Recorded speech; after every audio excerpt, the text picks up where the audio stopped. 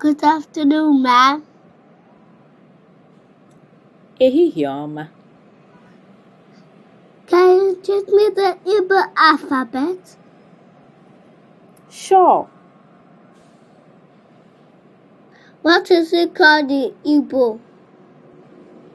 Mkpụrụ edemede Igbo ma ọ bụ Abidii Igbo. Abidii Igbo dị 36, nke ndị bekee kpọrọ 36.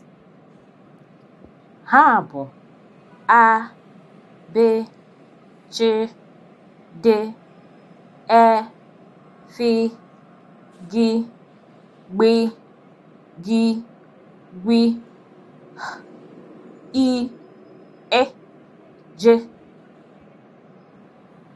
K, P, Q, L, M, N, W, N, Ng, O, O, P, R, S, Š, T,